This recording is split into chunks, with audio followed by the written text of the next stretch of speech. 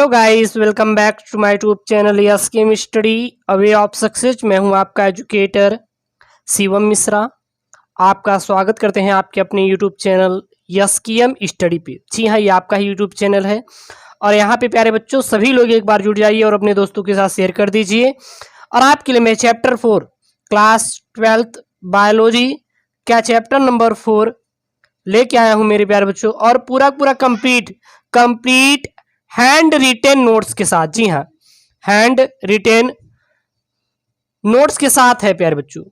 और ऐसा आपको नोट्स दिया जा रहा है जो कि आपको बोर्ड एग्जाम, जी हाँ, बोर्ड एग्जाम के साथ साथ नीट एग्जाम की भी आप प्रिपरेशन अच्छी तरीके से कर पाएंगे। और ये नोट्स जो है आपको मेरे Telegram channel yes chem study पे जाइए, उसको सब्सक्राइब करिए। वहां पे आपको जो प्रश्न बनते हैं, नोट्स जो होते हैं कुछ सैंपल में, वो आपको मिल जाएंगे। नोट्स की पूरी जानकारी आपको फ्री ऑफ कॉस्ट जो भी रहती है आपको वो हमारे Telegram channel official yes chem study पर मिलेंगे, जिसपे 4K सब्सक्राइब हैं, लगभग 3.9K। तो जाके सब्सक्राइब कर लीजिए अगर अभी तक नहीं किए हैं तो। और हाँ, पूरा पढ़िए और यहीं से पूरे बोर्ड परीक्षा में आएंगे, इससे बाहर एक भी आने वाला नहीं है। पूरा NCERT पैटर्न पर आधारित है क्लास 12 बायोलॉजी चैप्टर 4 का। और यहाँ पे है वो है जनन स्वास्थ्य, बोले तो रिप्रोडक्टिव हेल्थ।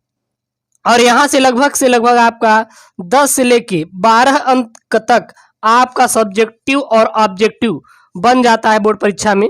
तो इसलिए आपको इसको अच्छे से तैयार करना है और काफी सरल भाषा का यूज करते हुए इसमें आपको मैंने समझाया है। तो जनन स्वास्थ्य होता है, तो ये चैप्टर हो गया आपका रिप्रोडक्टिव हेल्थ, जो कि क्लास 12 बायोलॉजी हिंदी में वालों के लिए है। तो सबसे पहले जानते हैं ये जनन स्वास्थ्य है क्या, ये जनन स्वास्थ्य होता क्या है। और इसके पहले जो भी वीडियो थे मैंने एक बार इसको वीडियो कंप्लीट कर दिया है, लेकिन हाँ, मेरा काम रहता लेटेस्ट वीडियो, लेटेस्ट जानकारी और अपग्रेडेड वीडियो देने का, और उसमें वैल्यू प्रोवाइड करके देने का, क्योंकि वैल्यूएबल वीडियो ही देंगे ताकि आपका अच्छे से हर चीज क्लियर हो जाए। तो सबसे पहले बात आती है कि ये प्यारे बच्चों जनन स्वास्थ्य होता क्या है, ये जनन स्वास्थ्य है क्या, रिप्रोडक्टिव हेल्थ होता क्या है। तो एक विश्व स्वास्थ्य संगठन है, वर्ल्ड हेल्थ ऑर्गेनाइजेशन, बोले तो WHO के अनुसार जनन स्वास्थ्य से तात्पर्य जनन के सभी पहलुओं के साथ साथ शारीरिक, भावनात्मक, व्यवहारात्मक तथा सामाजिक स्वास्थ्य है। यानी कि जो WHO ये कहता है कि जनन स्वास्थ्य का मतलब ये नहीं कि आप जनन से ही, यानी कि बस केवल बच्चे पैदा करें उससे ही आप बहुत अच्छे फिट हैं, ऐसा कुछ भी नहीं है। आपका शरीर भी फिट होना चाहिए, इसके साथ साथ आपकी भावनाएं, यानी कि आपका भावनाएं कैसी हैं, सही है या फिर नहीं, गलत डायरेक्शन में तो आपका थॉट नहीं है, सोच नहीं है। और व्यवहारात्मक, यानी कि बोले तो व्यवहारात्मक का मतलब ये है कि आपका व्यवहार कैसे है, लोगों के प्रति लगाव, उनसे व्यवहार बना के रखना, ये क्या है। और साथ ही साथ सामाजिक मतलब ये समाज में आपका बैठना उठना, बड़ों की कद्र करना, छोटों से कैसे बात करना, जो छोटे बच्चे होते हैं, मतलब कि इसमें आपका शरीर भी आता है, भावनात्मक, व्यवहारात्मक, सामाजिक स्वास्थ्य और साथ ही साथ जनन। तो अगर ये आप फिट हैं, इनमें सभी में फिट हैं, यानी कि सही हैं, तो वो क्या कहलाया जाएगा, जनन स्वास्थ्य कहलाया जाएगा। अगर इनमें से कोई भी एक की कमी है तो आप जनन रूप से स्वस्थ नहीं है, यानी कि हेल्दी नहीं है। बात समझाई। अब इसके बाद आती है आपकी परिवार नियोजन। अब क्या आता है प्यारे बच्चों, परिवार नियोजन, और जो कि बहुत ही इंपॉर्टेंट टॉपिक है आपके बोर्ड के एग्जाम के पॉइंट ऑफ व्यू से। और यहां से बोर्ड में बहुत ही प्यारे प्रश्न आपके बनते हैं, ठीक है ना। और नीट एग्जाम में भी बहुत सारे इसे प्रश्न बन जाते हैं, तो यह काफी आपको अच्छा देगा, स्कोर कराएगा नंबर बोर्ड में। तो परिवार नियोजन, तो सबसे पहले मोस्ट इंपॉर्टेंट आपका ऑब्जेक्टिव बनता है कि परिवार नियोजन की एक्चुअली में शुरुआत कब हुई थी, ठीक है। तो परिवार नियोजन की शुरुआत सन 1951 ईस्वी में हुई थी। जो परिवार नियोजन की शुरुआत है यह कब हुई थी, ऑब्जेक्टिव में आ जाए तो सीधा बता देना है कि सर परिवार नियोजन की शुरुआत हुई थी वो 1951 ईस्वी में हुई थी। इस कार्यक्रम के तहत लोगों में जनन से संबंधित बातों के बारे में जागरूकता किया और स्वस्थ समाज पाने के लिए अनेक सुविधाएं एवं प्रोत्साहन दिए जा रहे हैं और दिए गए हैं भी। ऐसा नहीं कि वो दिए गए हैं और साथ ही साथ अब भी दिए जा रहे हैं। तो परिवार नियोजन का मतलब ये होता है कि जनन से संबंधित जितना भी है, जनन संबंधित जितने भी पहलुए हैं, उनको क्या होता है कि उन सभी चीजों को लोगों के बताया जाता है, लोगों को सिखाया जाता है, उनके बारे में जागरूक किया जाता है। ठीक है ना। और एक स्वस्थ समाज पाने के लिए अनेक सुविधाएं और प्रोत्साहन भी दिए जा रहे हैं, क्योंकि स्वस्थ समाज तभी बनेगा जब व्यक्ति शारीरिक मानसिक जनन रूप से क्या रहेगा, हेल्दी रहेगा। तो इसको पूरा करने के लिए परिवार नियोजन लाया गया। तो परिवार नियोजन प्यारे बच्चों शुरुआत कब हुई थी, तो सीधा बता देना है कि सन 1951 ईस्वी में सर परिवार नियोजन की शुरुआत हुई थी। अब आता है आपका जनसंख्या विस्फोट। क्या आता है, जनसंख्या विस्फोट। ये होता क्या है? अब जनसंख्या विस्फोट का मतलब आप समझोगे, लगभग की जो भारत की आबादी है वो 125 करोड़ है। आपको पता होगा कि अपने भारत की आबादी कितनी है, वो लगभग प्यारे बच्चों 125 करोड़ है। ठीक है ना। तो हमारे देश की जनसंख्या सन 1981 में लगभग 70 करोड़ थी। जो हमारी जनसंख्या थी, देश की जनसंख्या कितनी थी, वो थी प्यारे बच्चों हमारा लगभग 70 करोड़ थी। किस सन में? 1981 में। और 2011 में लगभग 121.07 करोड़ हो गई। यानी किसकी? भारत की जनसंख्या 125 करोड़ हुई कि नहीं। विश्व भर में भारत चीन के बाद जनसंख्या में दूसरे स्थान पे है और सबसे ज्यादा जनसंख्या कितनी है? चीन की है। चीन जनसंख्या के मामले में सबसे ज्यादा है, उसके बाद क्या है? भारत है। और 2011 में जो जनगणना हुई थी उसके अनुसार भारत की जनसंख्या कितनी है?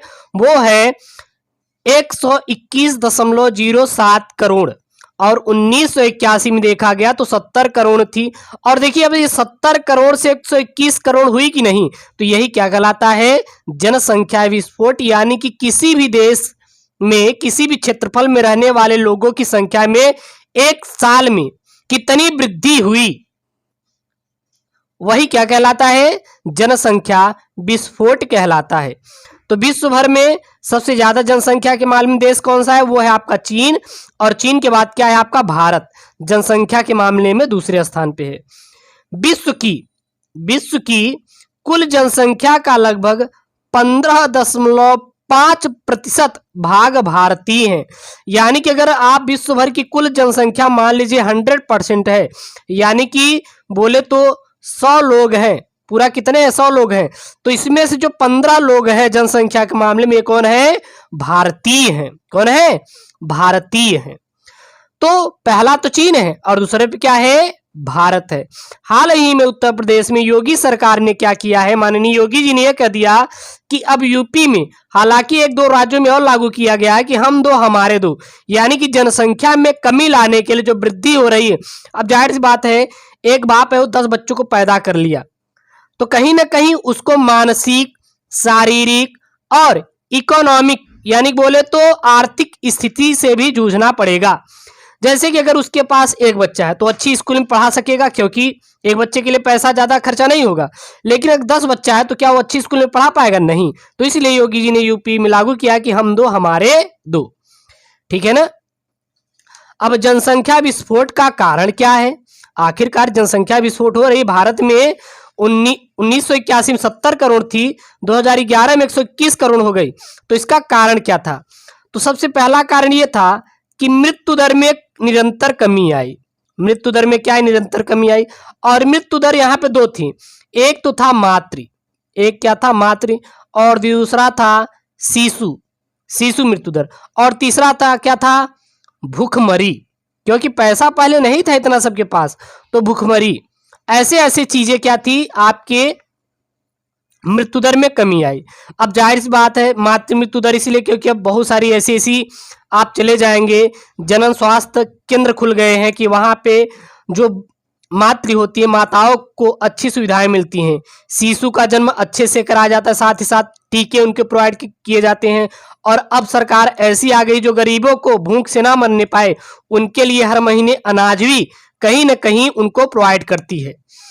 दूसरा, मातृ मृत्यु दर में कमी। अब मातृ मृत्यु दर में यह कमी आई कि जैसे जब बच्चों को पहले माँ जन्म देती थी तो कहीं ना कहीं उनका प्रसव सही से नहीं करा गया तो वहीं पे मर जाती थी। और क्या होता था, उनको सही से आहार ना मिल पाना, पोषण ना मिल पाना, ये भी कहीं ना कहीं सबसे ज्यादा मातृ मृत्यु दर की बहुत बड़ी आप कह सकते समस्या थी। लेकिन अब क्या है, आप देखते होंगे कि उनको महीने में पोषण दिया जाता है सरकार के द्वारा, साथ ही साथ टीके और अन्य चीजें भी माताओं को दिया जाता है।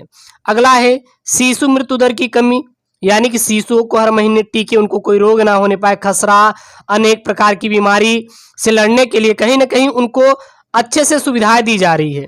तो यह भी जनसंख्या विस्फोट का प्रमुख कारण रही। अगला है जनन आयु वाले व्यक्तियों की संख्या में वृद्धि।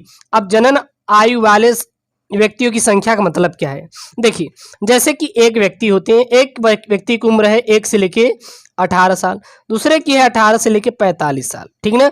और 45 के बाद अधिकतर बच्चे पैदा नहीं करते, जाहिर सी बात है। तो अब 18 से जो 45 के हैं, अगर ये ज्यादा बच्चे पैदा करेंगे नहीं, जाहिर सी बात है करेंगे, तो जब इनकी ग्रोथ हो जाएगी, जब इनकी ग्रोथ हो जाएगी तो जाहिर सी बात है बच्चे पैदा करेंगे शादी करके। तो ये भी कहीं ना कहीं जनसंख्या विस्फोट का क्या था, प्रमुख कारण बना है। ओके, चलिए और देखते हैं पॉइंट में। जनसंख्या में तीव्र वृद्धि के कारण मूलभूत आवश्यकताओं का अभाव हो सकता है, जैसे घर, अन्न अन्न मतलब क्या होता है, भोजन, क्या होता है, भोजन, और कपड़े आदि। यानी कि यहाँ पे ये बोला है कि अगर जनसंख्या में बहुत तेजी के साथ वृद्धि हुई तो बहुत सारे कारण होंगे। पहला, घर, जैसे कि मान लीजिए एक घर है, इसमें 2 कमरे हैं। अब अगर 2 व्यक्ति हैं तो इस कमरे में आसानी से रह सकते हैं, एक एक कमरा, अगर शादी होगी तो पार्टनर रहेंगे ना। अगर यहीं पे भैया 10 बच्चे हो गए, 10 बच्चे हो गए, क्या इनको इन घर में रह पाएंगे, नहीं रह पाएंगे, क्योंकि इस घर की कैपेसिटी है 1 या 2 की। अब 10 कहां से रह पाएंगे, 5-5 रह पाएंगे क्या, नहीं ना। उनकी शादी हो जाएगी तो 20 हो जाएंगे। तो ये सबसे बड़ी समस्या घर की आएगी। और साथ ही अन्न की, मान लीजिए आपके पास 1 किलो चावल है, और 1 किलो चावल जो है वो 2 व्यक्तियों में बांटना है, तो आसानी से आधा किलो में ले लेके खा सकते हैं। अब यही 1 किलो पे 10 लोग आ गए तो क्या अन्न इनको अच्छे से मिल पाएगा, नहीं मिल पाएगा। और कपड़े भी जाहिर सी बात है। तो ये सब जो होता है, अगर जनसंख्या में वृद्धि हुई तो आपका खाना भी कम हो जाएगा, घर भी कहीं ना कहीं कम हो जाएंगे, कपड़े भी कहीं ना कहीं कम हो जाए। तो ये जनसंख्या विस्फोट के प्रमुख कारण है। अब बात आती है जनसंख्या वृद्धि में नियंत्रण कैसे ले आएंगे, इसके उपाय क्या क्या हैं। अगर मान लीजिए जनसंख्या विस्फोट हो रहा है तो होने दीजिए, लेकिन इसको सर नियंत्रित कैसे करेंगे, इसके क्या उपाय हैं इसको नियंत्रित करने के, ठीक है ना। तो पहला है यहाँ पे, जनसंख्या नियंत्रण का सर्वाधिक प्रभावी तरीका था गर्भ निरोधकों का प्रचार प्रसार। यानी कि जब तक गर्भ निरोधक, क्योंकि जाहिर सी बात है अगर आप संबंध बनाएंगे, अगर आपको पता नहीं है कि गर्भ को धारण करने से कैसे रोका जा सके, आप संबंध बना के खाली हो जाए, पता लगा पत्नी प्रेग्नेंट हो गई, हाँ, तो जब ऐसा था, उनको समझ नहीं थी, तो कहीं ना कहीं जनसंख्या तो वृद्धि होगी ना। आप बच्चे को तो मार नहीं सकते, अगर कोई गर्भधारण हो गया क्या उसको मार डालें क्या उनके बच्चे को, नहीं ना। तो ये भी कहीं ना कहीं सबसे बड़ा मुद्दा था पहले। लेकिन उसके बाद क्या किया गया, गर्भ निरोधक जितने भी थे प्रचार किया गया कि आप ये यूज करेंगे तो आप गर्भधारण नहीं कर पाएंगे। तब वृद्धि, जनसंख्या वृद्धि में कहीं ना कहीं वो कमी आई जब गर्भ निरोधक का प्रचार किया गया। अगला क्या उपाय था, छोटे परिवार वाले दंपतियों को प्रोत्साहन देना। अब छोटे परिवार वाले दंपतियों को क्या प्रोत्साहन देना, अब आपको समझ आ रहा है। यहां पे कि आप छोटा परिवार ही रखें, छोटा परिवार ही बना के रखें, यानी छोटे परिवार वाले दंपति रहो। ये नहीं कि हम 2 हमारे 100, ऐसे अगर नारा लगा देंगे तो काफी प्रॉब्लम क्रिएट हो जाएगी। तो छोटे परिवार रहे, हम 2 हमारे 1, हम 2 हमारे 2, बस इससे ज्यादा नहीं, ठीक है ना, अच्छे से पढ़ाई कर पाएंगे। तो इसको क्या करना, ज्यादा से ज्यादा प्रोत्साहित करना या प्रोत्साहन देना छोटे परिवार वाले दंपतियों के लिए। अगला है विवाह की वैधानिक आयु स्त्री के लिए 18 वर्ष तथा पुरुष के लिए 21 वर्ष सुनिश्चित किया गया। यानी कि पहले जो था विवाह, पता होगा आपको कि भैया 9 वर्ष की रहती थी लड़का लड़की तभी करा देती थी, और 9 वर्ष की है भैया, अब आपको पता होगा कि रिप्रोडक्शन कर करके 9 वर्ष में ही बच्चा पैदा शुरू कर दिए। अब जब बच्चा पैदा शुरू कर दिए, कहीं ना कहीं 18 से 9 वर्ष के बीच में ढेर सारे दे देंगे ना, हाँ बच्चे उनके ढेर सारे हो जाएंगे। तो अगर 18 साल के बाद हुई तो जाहिर सी बात है 40 साल तक मैक्सिमम, तो कहीं ना कहीं कम रहेगा। तो इसलिए जो उम्र थी यानी कि बाल विवाह को समाप्त करके उसको कितना कर दिया गया प्यारे बच्चों, 18 वर्ष कर दिया गया। किसके लिए, स्त्री के लिए, यानी कि बोले तो महिलाओं के लिए, लड़कियों के लिए। और पुरुषों के लिए क्या किया गया, 21 वर्ष तक सुनिश्चित किया गया। बातें समझ में आई? यस या नो कमेंट कीजिए, क्योंकि मजे से आपको पढ़ना है, मजे से पढ़ना है, तभी आपको कोई चीज समझ में आएगा। किसी चीज में देखिए ज्यादा उसमें आपको दिमाग नहीं खराब करना, इंजॉय करते हुए पढ़िए, आपको कोई प्रॉब्लम नहीं होगी, ठीक है ना। टेंशन फ्री रहिए यार, बोर्ड में अच्छे नंबर आएंगे, भरोसा कीजिए आएंगे। मैं ये नहीं करता आप मेरे ही चैनल से पढ़िए, हर चैनल से पढ़िए, लेकिन हाँ आप जो जानकारी रखें वो एक्यूरेटेड रखें, अच्छी रखें तो ज्यादा बेटर रहेगा। हमारा काम है नोट्स पे पढ़ाना, तो मैं नोट्स पे पढ़ाना ज्यादा आप लोग पसंद करते तो मैं उसी अकॉर्डिंग दूंगा। अगर आप कहेंगे सर फेस ले आइए तो मैं आपको फेस वीडियो दूंगा, कोई प्रॉब्लम नहीं है मुझे। चलिए अब आती है गर्भ निरोधक, क्योंकि यहाँ पे एक चीज बात आई थी, यहाँ पे आई थी जनसंख्या नियंत्रण का सर्वाधिक प्रभावी तरीका था कि गर्भ निरोधक का प्रचार किया जाए। अब गर्भ निरोधक में होते क्या क्या है, तो एक आदर्श गर्भ निरोधक के लिए निम्नलिखित गुण होना चाहिए। अब कौन कौन सा, पहले जो गर्भ निरोधक हो वो आसानी से उपलब्ध होना चाहिए। बाकी तो आप इतने समझदार हैं 18 साल की कि आपको समझ आ रही होगी बातें सभी। तो जो गर्भ निरोधक हो ये बहुत ही आसानी से मार्केट में मिल जाए, आप खरीदने जाए तो तुरंत आपको मिल जाए, ठीक है ना। और यह पूर्ण रूप पेड़ कारगर होना चाहिए। ऐसा नहीं अगर आप गर्भ निरोधक का यूज कर रहे हैं तो उसका कोई रिस्पॉन्स ही नहीं मिल रहा है। अगर आप सरदर्द की दवा खा रहे हैं, अगर आपका सरदर्द सही नहीं हो रहा है तो क्या मतलब है उस दवा को खाने से, मतलब है क्या, नहीं ना, उसको फेंकिए हटाइए। तो इसी प्रकार से है कि जो गर्भ निरोधक यूज करें वो पूर्ण रूप से क्या होना चाहिए, आपका कारगर होना चाहिए, यानी कि सक्षम होना चाहिए कि वो गर्भ धारण होने से रोक सके। बात समझ आई? तीसरा क्या है यहाँ पे, तीसरा यह है कि यह प्रयोग में सहज सरल होना चाहिए, ऐसा नहीं कि बहुत कठिनाई होना चाहिए। अब बात वही आए कि अगर जिसको साइकिल या साइकिल भी होता है, साइकिल एक है और एक है पैदल चलना, तो सबसे ज्यादा अगर देखा जाए तो थोड़ी दूर जाना है तो साइकिल से जाने से अच्छा है कि पैदल चले जाएं, आसानी होगी। तो इसी प्रकार अगर गर्भ निरोधक है तो वो सहज और सरल उपयोगी होना चाहिए। अगर ज्यादा टफ होगा तो थोड़ी ना कोई इंतजार करेगा, नहीं प्रयोग करेगा ना, सिंपल सी बात है, समझने वाली चीज है, पॉइंट वाली। चलिए अगला है इसका कोई दुष्प्रभाव नहीं होना चाहिए। अरे भैया जब आपका कोई बॉडी ही डैमेज हो जाएगा तो क्या आप कोई चीज प्रयोग करेंगे क्या, नहीं ना, नहीं प्रयोग करेंगे ना। तो फिर जब नहीं प्रयोग करेंगे तो भैया काहे के लिए हम उसको यूज करेंगे, तो इसका कोई दुष्प्रभाव नहीं होना चाहिए, बल्कि इसका सही आपको रिस्पॉन्स मिलना चाहिए। मजा आ रही नहीं पढ़ने में? चलिए अगला है यह उपयोगकर्ता का यौन क्रिया में बाधक नहीं होना चाहिए। अगर मान लो आप कोई कार्य कर रहे हैं, मान लीजिए आप कोई कार्य कर रहे हैं, अगर उसमें वो बाधक बन रहा है तो आपको यूज करेंगे क्या, नहीं ना, सिंपल सी बात है। चलिए अगला है यहाँ पे गर्भ निरोधकों के प्रकार। अब प्यारे बच्चों यहाँ पे देखेंगे कि गर्भ निरोधक कितने प्रकार के होते हैं। तो पहला होती है इसकी प्राकृतिक विधियां होती है, यानी कि नेचुरल प्रोसेस होती है, और नेचुरल प्रोसेस में कई प्रकार की होती हैं। तो सबसे पहले गर्भ निरोधक का क्या आती है, प्राकृतिक विधि। तो यह विधि अंडाणु एवं शुक्राणु को मिलने से रोकने के सिद्धांत पर आधारित है। तो जो प्राकृतिक विधि में देखें तो यह जो होता है यह अंडाणु और शुक्राणु को मिलने से रोकने के लिए सिद्धांत पर आधारित होता है। और जो जनन की प्रोसेस होती है प्यारे बच्चों वो दो ही होती है।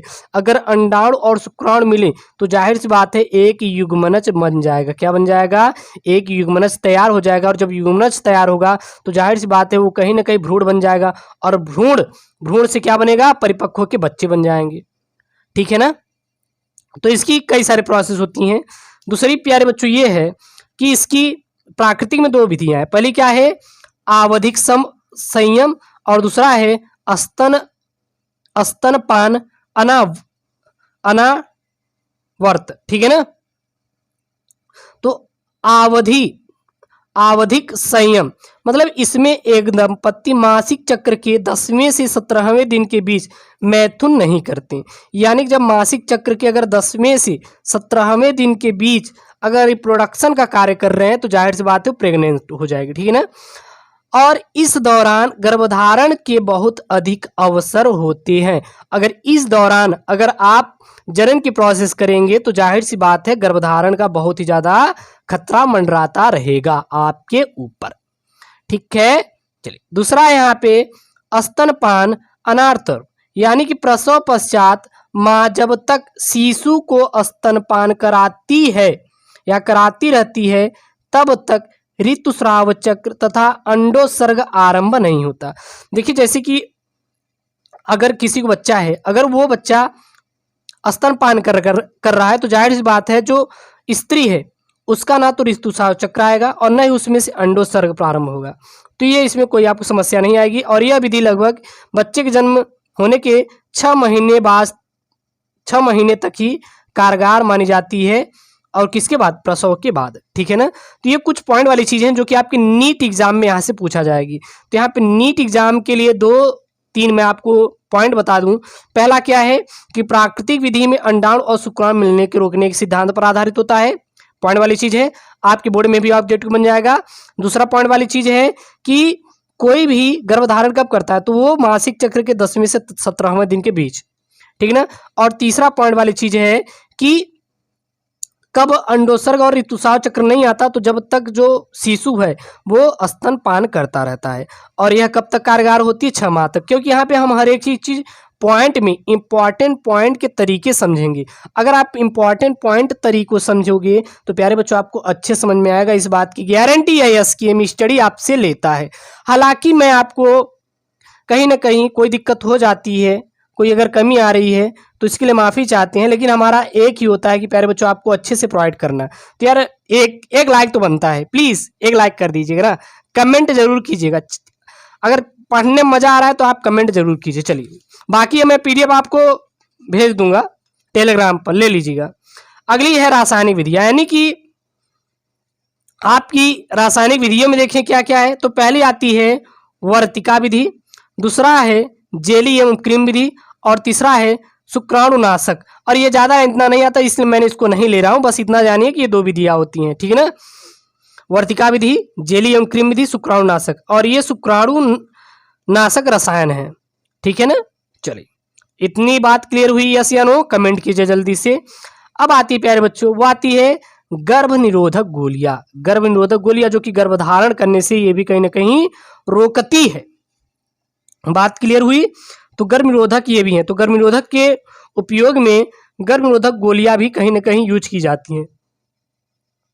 तो इसमें क्या पॉइंट वाली चीज है, इसमें एस्ट्रोजन तथा प्रोजेस्टेरॉन हार्मोन्स होते हैं। जो गर्भ निरोधक यूज किया जाता है गोलियां, इसमें कुछ चीजें होती हैं जैसे कि एस्ट्रोजन भी होता है, साथ ही साथ प्रोजेस्टेरॉन हार्मोन्स इसमें स्थित होते हैं। किसमें, गोलियों में।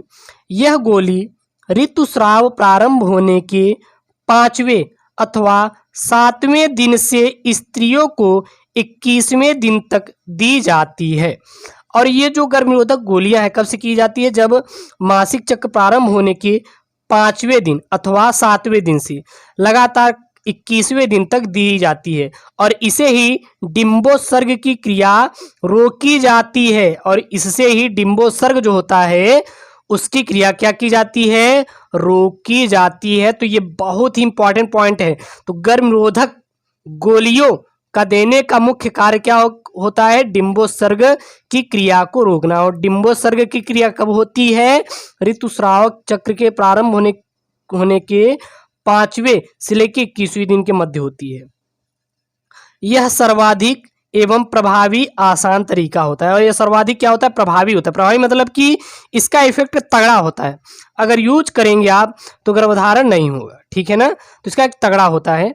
और यह बहुत ही आसान है, सिंपल है। भैया एक गोली लीजिए, उसको खा लीजिए। और अब ऐसी बात नहीं कि मेल के लिए, पहले बता दें कि बॉय बिल्कुल भी इसको यूज नहीं करेंगे, केवल केवल ये गर्ल्स के लिए, यानी बोले तो फीमेल के लिए, ठीक है ना। हाँ, याद रखना।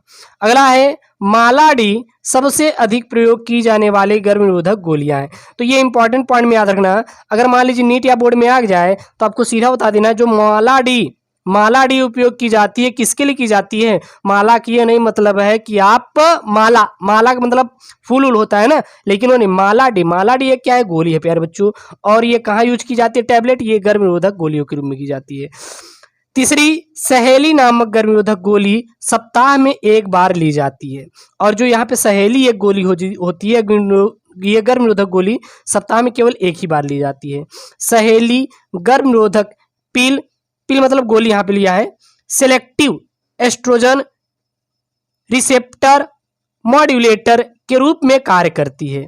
इसका रासायनिक नाम और मेलोक्सिफेन होता है। इसका रासायनिक नाम क्या होता है, और मेलोक्सिफेन होता है।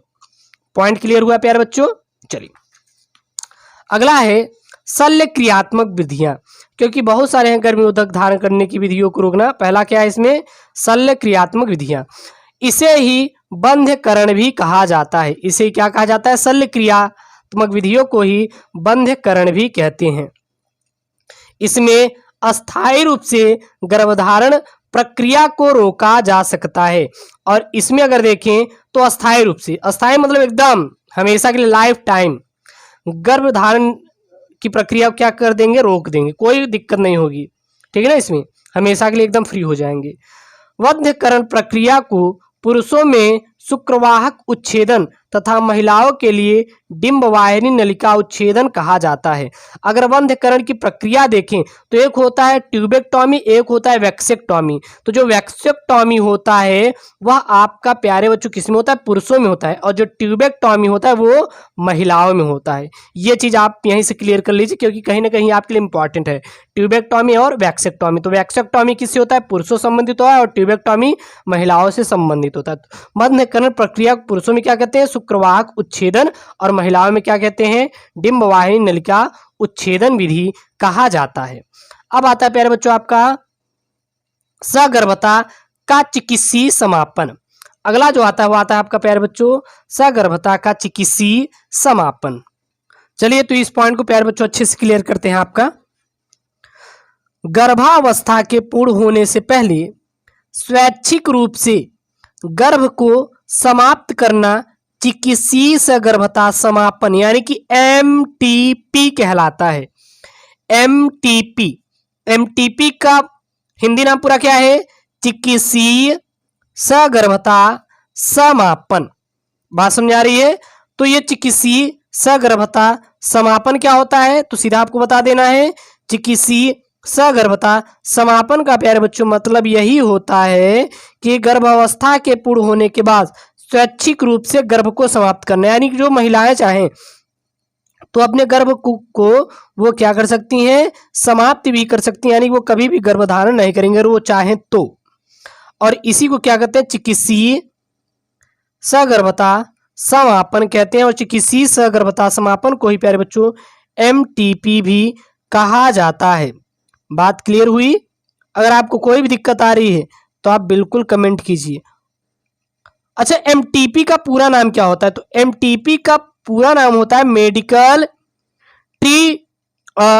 Termination of pregnancy. बात समझ आइए, क्या है, मेडिकल टर्मिनेशन ऑफ प्रेगनेंसी। इसका पूरा नाम रख दें MTP का, तो याद रखना क्या होता है, मेडिकल टर्मिनेशन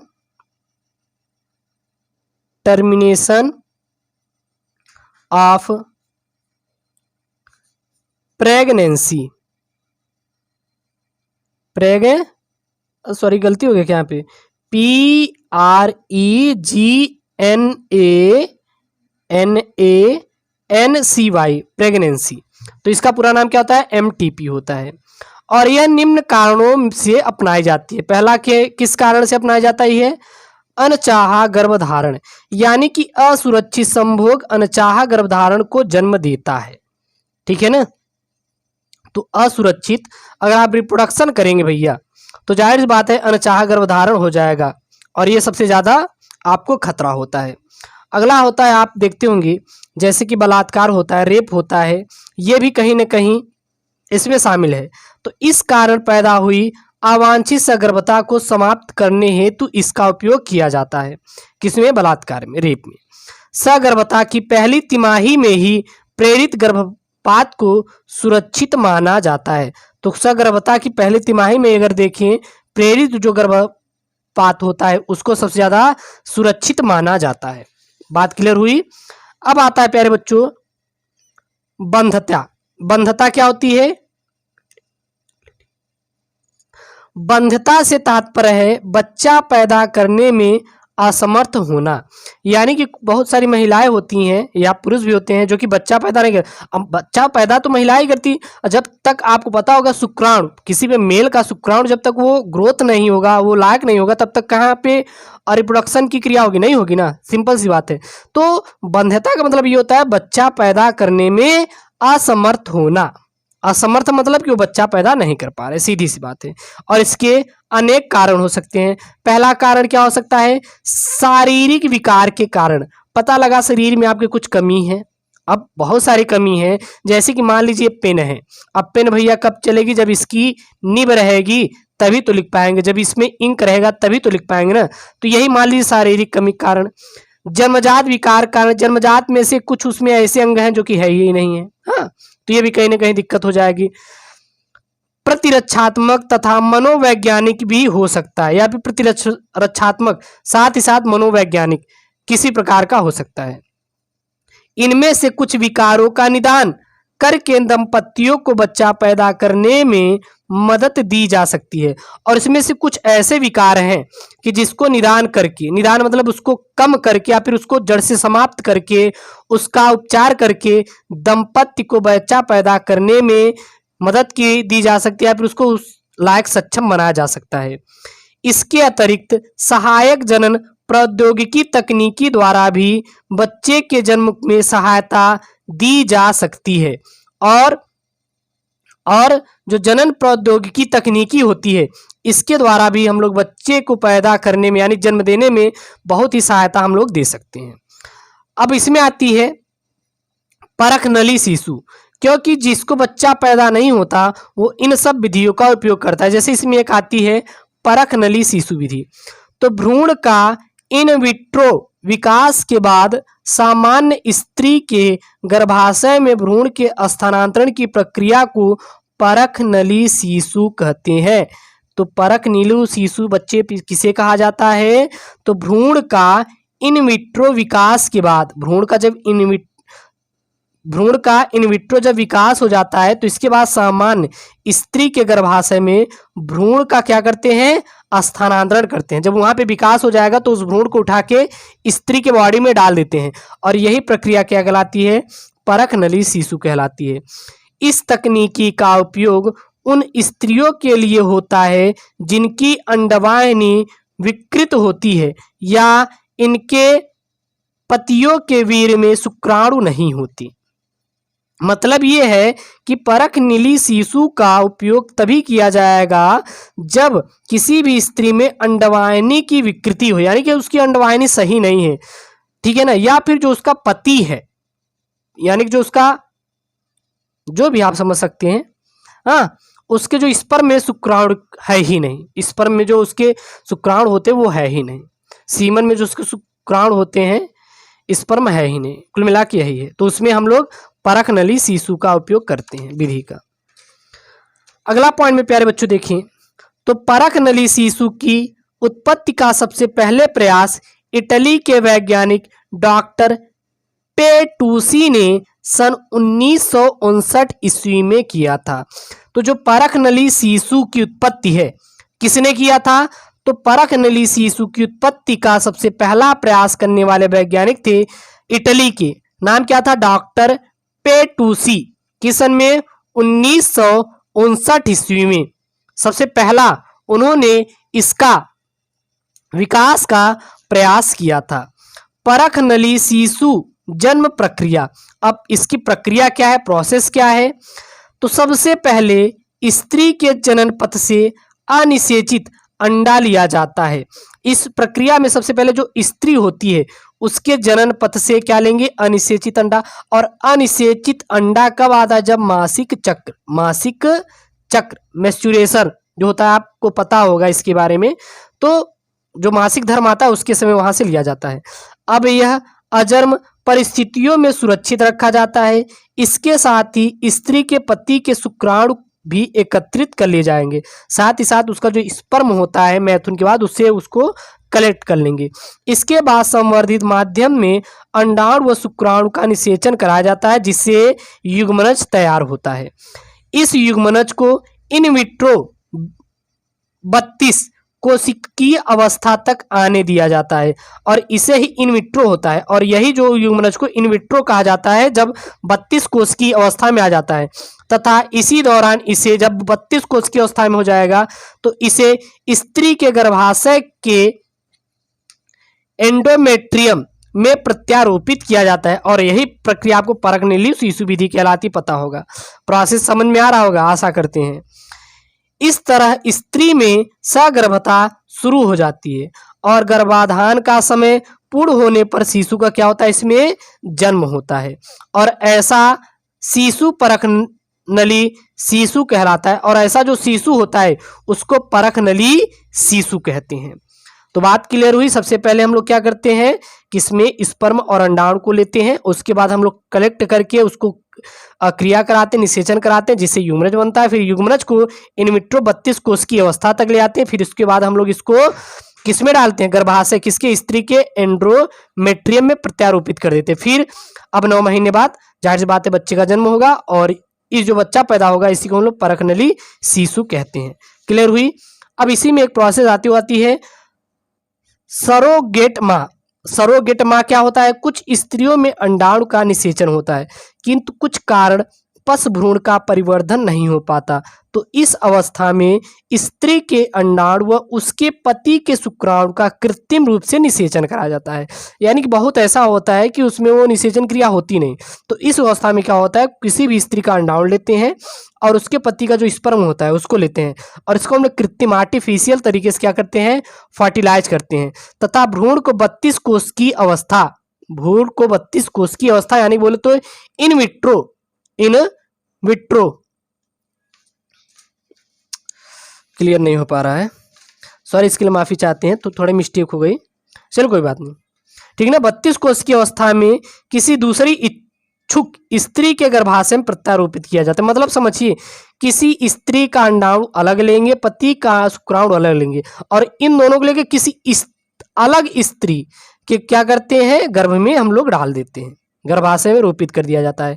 और इस स्त्री को क्या कहते हैं, सरोगेट माँ, क्योंकि यह जो स्त्री है यह गर्भधारण नहीं कर सकती क्योंकि इसकी गर्भाशय की जो स्थिति वो सही नहीं है, तो इसका हम लोग अंडाणु ले लेंगे और इसके पति का शुक्राणु ले लेंगे। अब ये स्त्री कहेगी कि बहन जी आप मेरा ये बच्चा आप पेट में रख लीजिए, तो जब वो 32 कोश की अवस्था में आ जाता है तो उसको उठा के किसी अन्य स्त्री के गर्भाशय में रोपित कर देते हैं और इसी स्त्री को क्या बोल देते हैं प्यारे बच्चों, सरोगेट माँ कहते हैं। और यह भ्रूण के विकसित हो जाने के बाद उसे जन्म देती है और फिर वो अपना बच्चा ले लेती है। कौन, ये पहली वाली स्त्री कलेक्ट कर लेती है। बस बात समझ में आई। अब आता है IVF भ्रूण स्थानांतरण के प्रकार। IVF भ्रूण स्थानांतरण के प्रकार, और यह निम्नलिखित प्रकार का होता है। पहला क्या होता है, युग्मनज का अंतः फैलोपियन स्थानांतरण। तो युग्मनज का अंतः फैलोपियन स्थानांतरण क्या कहलाता है, इसमें भ्रूण या युग्मनज को 8 ब्लास्टोमियर्स अवस्था में स्त्री के फैलोपियन नलिका में स्थानांतरित करते हैं। तो पहली जो होती है इसमें युग्मनज का अंतः फैलोपियन स्थानांतरण, तो इसमें क्या होता है, जो भ्रूण या युग्मनज को 8 ब्लास्टोमियर्स अवस्था में ही स्त्री के फैलोपियन जो नलिका होती है उसमें क्या करते हैं, स्थानांतरित कर देते हैं। और दूसरी जो होती है अंतः गर्भाशय स्थानांतरण, तो इसमें भ्रूण को 32 कोश की अवस्था में स्त्री के गर्भाशय में स्थानांतरित किया जाता है। तो ये दोनों आप बात को क्लियर कर लीजिए, ठीक है। अब आता है आपका युग्मनज अंतः फैलोपियन स्थानांतरण, यानी कि गैमेट इंट्रा फैलोपियन ट्रांसफर, जिसको बोलते हैं जिफ्ट। क्या बोला जाता है इसको शॉर्ट भाषा में जिफ्ट का नाम दिया जाता है। इस विधि का प्रयोग महिलाओं में किया जाता है। जो जिफ्ट विधि का प्रयोग किसमें करते हैं? महिलाओं में किया जाता है। हिंदी में क्या होता है? युग्मनज अंतः फैलोपियन स्थानांतरण, बोले तो गैमेट इंट्रा फैलोपियन ट्रांसफर। तो इस विधि का उपयोग किसमें करते हैं? महिलाओं में किया जाता है। जब स्त्री के गर्भाशय का झालर अंडाणुओं को पकड़ने में समर्थ नहीं होता तो इसमें लेप्रोस्कोप की मदद से फैलोपियन नलिका के एप्यूला में धुले हुए शुक्राणु व परिपक्व अंडाणु को स्थानांतरित करते हैं और निषेचन व विदलन फैलोपियन नलिका में ही होता है। तो जो झालर होता है स्त्रियों में वो अगर अंडाणु को नहीं पकड़ पाता, जब असमर्थ होता है, तो उसमें हम लोग जिफ्ट का उपयोग करते हैं। इसमें क्या होता है? इसमें जो एप्यूला होता है उसमें धुले हुए शुक्राणु लेते हैं और अंडाणु होते हैं, और उसको हम लोग क्या करते हैं? परिपक्व अंडाणु को स्थानांतरित करा देते हैं। ठीक है। अगला आता है कृत्रिम गर्भाधान। तो इस विधि का उपयोग ऐसे पुरुषों के लिए किया जाता है जिनके वीर्य में शुक्राणु की संख्या की कमी होती है, यानी कि हमेशा हमेशा मेल में होता है। जो कृत्रिम गर्भाधान होता है मेल में होता है, और जिसमें वीर्य में शुक्राणु की क्या होती है? कमी होती है। और ऐसे पुरुषों को वीर्य को सांद्रित करके स्त्री के विजाइना में प्रविष्ट कराते हैं और इसे अंतः गर्भाशय या वीर्य निषेचन या वीर्य सेचन भी कहते हैं।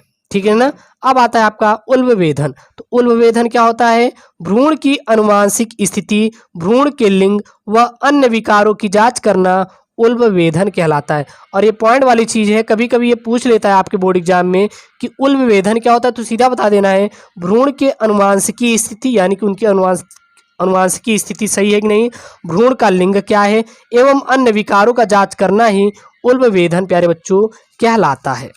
ठीक है। भ्रूण के चारों तरफ एमनियोटिक द्रव होता है और इसमें भ्रूण की कोशिका क्या होती है? बहुत ही विखरी होती है। उल्बवेधन का महत्व क्या क्या है? तो पहला है लिंग निर्धारण में। तो एमनियोटिक द्रव में भ्रूण की कोशिकाओं को अभिरंजित करके इसकी बार बॉडी की जांच करते हैं। यदि बार बॉडी 2x गुणसूत्र युक्त है तो भ्रूण क्या होगी? मादा होगी। अगर 2x गुणसूत्र नहीं है तो भ्रूण क्या होगी? मादा नहीं होगी, बल्कि क्या होगी? वो नर होगी। तो लिंग निर्धारण यानी किसी प्रकार से जांच किया जाता है। कहते हैं ना कि जाके जांच करा के आए कि वो लड़का है या लड़की, तो ये गलत बात है। कहीं ना कहीं ये सरकार ने इस पर भी रोक लगा रखी है। अब आता है जन्मजात रोग। तो भ्रूण की कोशिकाओं का, अब जन्मजात रोग के लिए किसके उल्बवेधन विधि का उपयोग करते हैं? जन्मजात रोग का पता लगाने के लिए। तो भ्रूण की कोशिकाओं का कैरियोटाइपिक अध्ययन द्वारा गुणसूत्री विकास जैसे डाउन सिंड्रोम, टर्नर सिंड्रोम आदि को निर्धारित करते हैं। अब आता है उल्बवेधन विधि के दुरुपयोग। मैंने बोला ना कि सरकार ने इस पर कहीं ना कहीं रोक भी लगा रखी है, तो वर्तमान समय में इसका दुरुपयोग भी हो रहा है। माताएं मादा भ्रूण के सामान्य रहने पर भी गर्भपात करा लेती हैं। अगर भ्रूण सामान्य है तब भी वो क्या करा लेती है? गर्भपात, यानी कि बच्चे को मार डालती है। क्यों? क्योंकि वो एक्चुअली में जो भ्रूण होता है वो क्या होती है? कोई गर्ल होती है, लड़की होती है। क्या लड़की को मारना सही है क्या? बिल्कुल भी गलत है, बिल्कुल भी गलत है। क्योंकि जननी समान होती है, माताएं की समान भ्रूण होती हैं। क्योंकि जो माँ है वो भी तो कहीं ना कहीं लड़की थी। अगर जाहिर सी बात है लड़का ही पैदा करोगे तो उनको कौन पैदा करेगा? बच्चे को जन्म तो लड़की ही एक देती है। खाना बनाने का, घर संभालने का जो सबसे बेहतरीन होता है वो लड़कियों के पास ही होता है, और जब उनको ही जीने का अधिकार नहीं है तो ये तो बहुत ही गलत है। इसका विरोध करना चाहिए कहीं ना कहीं, और जो ये ऐसा कर रहा है उसके ऊपर कानून भी सख्त रहे और उसके लिए ठोस कदम उठाए ताकि इसको रोका जा सके। अतः भारत सरकार ने 1994 में प्रीनेटल डायग्नोस्टिक तकनीकी एक्ट लागू किया। एक्ट का उल्लंघन करने पर 50,000 का जुर्माना व 2 वर्ष की जेल हो सकती है। अगर उल्बवेधन विधि का आप उपयोग करें, देखें कि जो भ्रूण है वो कोई लड़की है, अब आप क्या करा लिए? गर्भपात करा लिए, तो वो कहीं ना कहीं आप अगर चपेट में आ गए तो सरकार आपको ठोक डालेगी। यानी कहीं ना कहीं आप पे 50,000 का जुर्माना ठोकेगी, साथ ही साथ 2 साल की सजा देके जेल में धक्का मार देगी। आप वहीं पे चक्की आटा पीसते पड़े रहेंगे। अब आता है यौन संचारित रोग। क्या आता है प्यारे बच्चों? यौन संचारित रोग। तो ऐसे संक्रमण या रोग जो मैथुन द्वारा संचारित होते हैं यौन संचारित रोग या जनन मार्ग संक्रमण कहलाते हैं। तो यौन संचारित रोग क्या होते हैं प्यारे बच्चों? इसकी डिफिनेशन क्या होती है? तो प्यारी सी डिफिनेशन सीधा बता देना, ऐसा संक्रमण रोग जो मैथुन द्वारा संचारित होती है यौन संचारित रोग या जनन मार्ग संक्रमण कहलाता है। और कुछ यौन संचारित रोग निम्नलिखित हैं। पहला क्या होता है? जैसे कि जीवाणु जनित यौन संचारित रोग, और दूसरा होता है विषाणु जनित यौन संचारित रोग। तो सबसे पहले प्यारे बच्चों देखेंगे जीवाणु जनित यौन संचारित रोग। तो इसमें आता है पहले क्लेमाइडियोसिस। क्लेमाइडियोसिस तो यह सबसे अधिक होने वाला रोग है। इसका जीवाणु क्लेमाइडिया ट्रोकोमेटिस कहलाता है। इसका जो जीवाणु होता है उसको हम लोग क्या कहते हैं? क्लेमाइडिया ट्रोकोमेटिस कहलाता है। अगला आता है सुजाक। तो जीवाणु का नाम क्या होता है? नाइसेरिया गोनोरिया। इस रोग का प्रमुख लक्षण यूरोजेनेटिल पथ की श्लेष्म कला में जलन होना सुजाक रोग का सबसे अच्छा कहीं ना कहीं आपको उदाहरण हो सकता है कि अगर आपके श्लेष्म कला में जलन हो रही है, जो यूरोजेटिल पथ है, यूरोजेनिटल पथ है, उसकी श्लेष्म कला में अगर जलन हो रही तो यह सुजात रोग का क्या सबसे बड़ा रहने के कारण है। अगला है विषाणु जनित यौन संचारी रोग। तो इसमें आता है पहला एड्स। एड्स क्या होता है? HIV। तो इसका जो रोग कारक होता है वो HIV का पूरा नाम क्या है? Human immuno deficiency virus. तो एड्स किसके कारण होता है? वो HIV के कारण होता है। और HIV का पूरा नाम क्या होता है? Human immuno deficiency virus. तो एड्स रेट्रोवायरस या HTLV नामक विषाणु होता है। इस रोग का उद्भवन काल 9 से 30 माह है। और इस रोग का जो उद्भवन काल होता है वो 9 से 30 माह है। अगर ये किसी को हो गया तो मरना निश्चित है, ये निश्चित है तो मर जाएगा। दवा का यूज करके थोड़ा आपको जीने का कुछ वर्ष बढ़ जाएगा, लेकिन मरेगा जरूर, गारंटी है। ये अनचाहा अगर आप जैसे कि करते हैं ना, बहुत सारे मेल से आप संबंध बनाते फीमेल से, तो कहीं ना कहीं ये आपको रोग हो जाएगा। तो इसके लक्षण क्या है? निरंतर ज्वर, पेशियों में दर्द होना, रात में पसीना आना, जांघों में सूजन, पेट दर्द, कम मात्रा में बार बार मल त्याग करना, सिर दर्द, बेहोशी, ऐंठन आदि इसके एड्स के प्रमुख लक्षण है, HIV के प्रमुख लक्षण है। इसका उपचार क्या है? तो सामान्यतः एड्स का कोई उपचार नहीं है। अगर आपको एड्स हो गया तो इसका प्यारे बच्चों कोई उपचार है ही नहीं। किंतु AZT यानी कि एजिटोथाइमिडाइव दवा द्वारा रोगी की आयु 6 से 12 महीने तक बढ़ाया जा सकता है, लेकिन उसकी रोगी की मरना तय है, वो मर जाएगा, जाहिर सी बात है। अगला है इसमें हेपेटाइटिस बी। अगला रोग क्या है HIV के बाद? Hepatitis B. तो यह रोगी हीररज्जु की DNA विषाणु हेपेटाइटिस बी विषाणु द्वारा होता है। यह HIV से 100 गुना अधिक संक्रामक होता है। अब सोचिए HIV 100 गुना अधिक संक्रामक है, अगर हो गया तो भैया तो चला गया। लेकिन चलिए देख लेते हैं अच्छी इसके बारे में। इसका उद्भवन काल 20 से 35 दिन होता है। उसका तो लगभग कि माह में था, 9 से लेके 16-17 माह, लेकिन इसका 20 से 35 दिन में इसका हो जाता है। लक्षण क्या होता है? थकान, जी मचलाना, पेट दर्द, आंखें पीली होना इत्यादि। उपचार क्या क्या है? इसका एक ही उपचार है, टीका लगवाना, जिससे रक्त का तैयार करते हैं। और जो टीका होता है इसका किससे तैयार किया जाता है? तो हेपेटाइटिस बी का जो टीका होता है वो रक्त के द्वारा तैयार किया जाता है। HBV टीके में ग्लोब्यूलिन होते हैं जो व्यक्ति के शरीर में निष्क्रिय प्रतिरोधकता उत्पन्न करते हैं, और 1 से 16 महीने के दौरान 3 खुराक देने से जीवन पर्यंत प्रतिरोधी बनाया जा सकता है। यानी कहीं ना कहीं इसका उपचार है, हेपेटाइटिस बी का उपचार है, लेकिन HIV का उपचार नहीं है। तो ये चीज आपको बात प्यारे बच्चों क्लियर होनी चाहिए। अब हम लोग कुछ कर लेते हैं पॉइंट वाली बात, जैसे कि आप बायोलॉजी की एक्चुअली में तैयारी कैसे करेंगे। तो यहाँ पे मैंने क्लास 12 बायोलॉजी पूरी कंप्लीट, यहाँ पे आपका पूरा सिलेबस चैप्टर 4 जो है बायोलॉजी क्लास 12 का chapter 4 NCERT pattern in Hindi medium वालों के कंप्लीट है, और पूरा वीडियो आपको प्लेलिस्ट मिलेगा। टेलीग्राम ज्वाइन कीजिए फटाफट, फ्री है, नोट्स वहीं पे मिलते हैं, जाके ज्वाइन कर लीजिए, लाइक जरूर कर दीजिए। अब हम लोग बात करेंगे कि सर बायोलॉजी की तैयारी कैसे करें। तो बायोलॉजी के लिए प्यारे बच्चों आपको वीडियोस मैं दे रहा हूं, आप वीडियोस पढ़िए, वीडियो से एक अपना नोट्स तैयार कीजिए, बाकी आपको मैं नोट्स प्रोवाइड कर दूंगा, ठीक है ना। इसके बाद जो पिछले साल के प्रश्न हैं, जो पिछले साल के प्रश्न हैं, ज़्यादा से ज़्यादा उनको तैयार कीजिए और एक प्यारा सा आप प्यारे बच्चों टाइम निकालिए। बायोलॉजी की तैयारी के लिए एक प्यारा सा आप टाइम निकालिए और टाइम मैनेजमेंट रखिए कि मुझे 2 घंटे डेली 2 आवर्स आपको देना है। चाहे जैसे करके आपको 2 घंटे का समय निकालना है, 2 घंटे में आपको नोट्स लेके पढ़ाई करना है और पढ़ाई में एक घंटे बांट लीजिए कि मुझे नोट्स तैयार कर लेना और जो पिछले साल के प्रश्न है 1 घंटे पढ़ना है। इतना समय देंगे डेली ना, तो इस बात की 100% श्योर गारंटी लेते हैं कि बायोलॉजी में 70 में 70 आपको कोई नहीं रोक सकता लाने से। पूरा 100 में 100 आप पूरा का पूरा पाएंगे, 100 में 100 100% स्कोर करेंगे, ठीक है ना। बाकी जो लेटेस्ट वीडियो है, पीडीएफ है, एग्जाम के ओरिएंटेड आपको जो प्रश्न है उसको भी आपका यह यूट्यूब चैनल एसकेएम स्टडी आपको लगातार प्रोवाइड करता रहेगा, तो उसको लेके आपको टेंशन नहीं लेना है, अच्छे से पढ़िएगा। तो ये एनसीईआरटी क्लास 12 बायोलॉजी का chapter number 4 reproductive health complete chapter है मेरे प्यारे बच्चों इन वन शॉट। और हाँ, दबा के शेयर करिएगा। ओके दोस्तों, थैंक यू, जय हिंद।